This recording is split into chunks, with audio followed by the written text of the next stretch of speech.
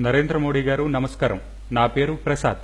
హైదరాబాద్లోని బాలానగర్లో చిన్న ఇండస్ట్రీ నడుపుతాను. నెలకి 2 లక్షల దాకా ఆదాయం వస్తుంది. అంటే ఏడాదికి 24 లక్షలు. నిజాయితీగా అయితే ఏడాదికి కనీసం 3 లక్షల ఆదాయ పన్ను కట్టాలి, మినహాయింపులన్నీ పోను. అయితే నేను జస్ట్ 30,000 మాత్రమే పన్ను కడతాను. ఎందుకంటే నేనొక మామూలు మధ్యతరగతి ఫ్యామిలీలో పుట్టా. కష్టపడి చదువుకుని కొన్నాళ్లు ఉద్యోగం చేసి పైసా కూడబెట్టి ఇప్పుడు సొంత ఇండస్ట్రీ పెట్టుకునే దశకి చేరుకున్నాను. నా సంపాదన 2 లక్షల్లో 1 లక్ష నా కుటుంబ అవసరాలకి సరిపోతుంది. మిగతా 1 లక్ష భూములు, బంగారం లాంటి వాటిలో ఇన్వెస్ట్ చేస్తాను.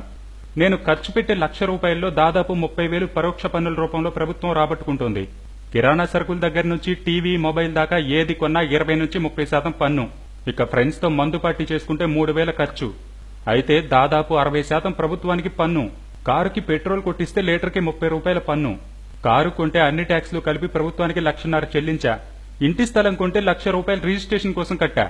ప్రభుత్వం కనీసం మట్టి రోడ్డు కూడా వేయని మా కాలనీలో స్థలం కొన్నందుకు ప్రభుత్వం డెవలప్మెంట్ ఛార్జీల పేరుతో 50,000 వసూలు చేసింది. ప్రభుత్వ ఆసుపత్రులు ఎంత అధ్వానంగా ఉన్నాయో చూశాక, కార్పొరేట్ ఆసుపత్రులు ఎంత దోపిడీ చేస్తున్నాయో చూశాక తప్పక హెల్త్ ఇన్సూరెన్స్ పాలసీ తీసుకుంటే సిగ్గు కూడా లేకుండా ప్రభుత్వం దాని మీద సర్వీస్ ట్యాక్స్ వేసింది. దారి దోపిడీ దొంగలు దోచుకున్నట్టు ప్రతి దాని మీద, ఆఖరికి శ్మశానంలో శవదహనం మీద కూడా పన్నులేస్తున్న ప్రభుత్వం మాకు తిరిగి ఏమిస్తోంది? గవర్నమెంట్ స్కూల్లో మా పిల్లల్ని చేర్పిస్తే చదువు వస్తుందనే నమ్మకం ఉందా? గవర్నమెంట్ ఆసుపత్రిలోకి వెళ్తే ఆరోగ్యంతో తిరిగి వస్తామనే నమ్మకం ఉందా? దేశ రక్షణ, రోడ్లు వేయడం తప్ప చేస్తున్న అభివృద్ధి పనులేమిటో మాకు అర్థం కావట్లేదు. కారుకుంటే రోడ్ ట్యాక్స్, రోడ్డెక్కితే టోల్ ట్యాక్స్, టోలు తీసేస్తున్నారు కదా సార్. ఇక మా పన్నుల డబ్బు ఏమైపోతుంది? మా ఇండస్ట్రీలో పనిచేసే వారికి జీతం పెంచాలంటే వారు ఎంత పనిచేస్తారు, ఎలా పనిచేస్తారు అని ప్రతి ఏడు చూసి ఇంక్రిమెంట్ ఇస్తాం. కానీ ప్రభుత్వాలు ఏం చేస్తున్నాయి? ఉద్యోగి పనిచేసినా చేయకపోయినా, అధ్వానంగా చేసినా అందరికీ ఒకే జీతం, ఒకే ఇంక్రిమెంట్. మా సొమ్మంటే అంత లోకువా? పైగా మా పన్నుల డబ్బుతో జీతాలు తీసుకుంటూ మా పనులు చేయాలంటే ఫోజులు కొడతారు. 10 గంటలకు ఆఫీస్ అంటే 11 గంటలకు వస్తారు. లంచం లేకుండా ఒక్క పని కూడా చేయరు. మరెందుకు సార్ మేము ప్రభుత్వానికి పన్నులు కట్టాలి? ఇండస్ట్రీ నడవాలంటే కరెంటు వాళ్ల దగ్గర నుంచి ప్రతి ఒక్కరికి లంచాలు ఇవ్వాలి. అందరికీ కలిపి నెలకి సుమారు 10,000 నేను లంచం ఇవ్వాల్సి వస్తుంది. ఆ లంచాలన్నీ వైట్లో చూపించడం ఎలా సార్? అందుకే సార్, మాకు ప్రభుత్వానికి పన్ను కట్టాలంటే కడుపు మండిపోద్ది. అలాగని నేను సామాజిక బాధ్యత లేనివాణ్ణి కాదు సార్.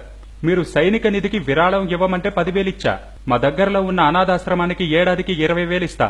మా ఊళ్ళో స్కూల్ బాగు చేస్తామంటే మా నాన్న పేరు మీద 1,00,000 డొనేషన్ ఇచ్చా. కానీ ప్రభుత్వానికి పన్ను కట్టాలంటే మాత్రం నాకు మనసు ఒప్పదు సార్. ఓకే, ఇదంతా గతం. ఇప్పుడంతా వైట్ మనీలోనే వ్యవహారాలు చేద్దాం.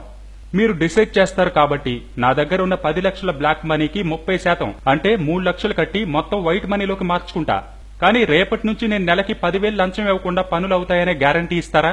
లేదా లంచాలని చెక్ రూపంలో తీసుకోమని ఉద్యోగులకి పర్మిషన్ ఇస్తారా? ఇక నాయకుల సంగతి చెప్పలేదు కదా. మా గల్లీ లీడర్ దగ్గర నుంచి ఎమ్మెల్యే దాకా అందరి ఎలక్షన్లకి అన్ని పార్టీల వాళ్ళకి విరాళాలు ఇవ్వాలి, లేకపోతే ఇబ్బంది పెడతారు. వీళ్లని కూడా విరాళాలు చెక్కుల రూపంలో తీసుకోమని చట్టం తెస్తారా? పార్టీల డబ్బుల లెక్కల్ని రహస్యం లేకుండా ఓపెన్ గా చెప్తారా? ఇప్పటికే బోల్డ్ పన్నులు కడుతున్న మాకు ప్రభుత్వం ఏం సేవలు ఇస్తుందో చెప్పండి. నాయకుల జల్సాల కోసం, ఉద్యోగుల జీతాల కోసం అయితే మేం పన్నులు కట్టం సార్. వీలైనంత ఎగ్గొడతాం. 10 ఏళ్లకి మళ్లీ దేశంలో బ్లాక్ మనీ పెరిగిపోతుంది. అప్పుడు మళ్లీ నోట్ల మార్పిడి తెస్తారా? ఇందుకు కాదు సార్ మిమ్మల్ని ఎన్నుకుంది. మీ నిర్ణయం వల్ల 2 రోజులుగా చేతిలో డబ్బు లేక ఇబ్బంది పడుతున్న మా వర్కర్స్ కూడా మీ మీద నమ్మకంతో ఈ ఇబ్బందిని సంతోషంగా భరిస్తున్నారు. ముందు ఆ నమ్మకాన్ని నిలబెట్టుకోండి సార్. మేం కడుతున్న పన్నులకి న్యాయం చేయండి. అప్పుడు మేం కూడా న్యాయంగా పన్నులు కడతాం. 2 చేతులు కలిస్తేనే సార్ చప్పట్లు. మా చేయి రెడీ. మీ చేత కోసం ఎదురు చూస్తుంటాం.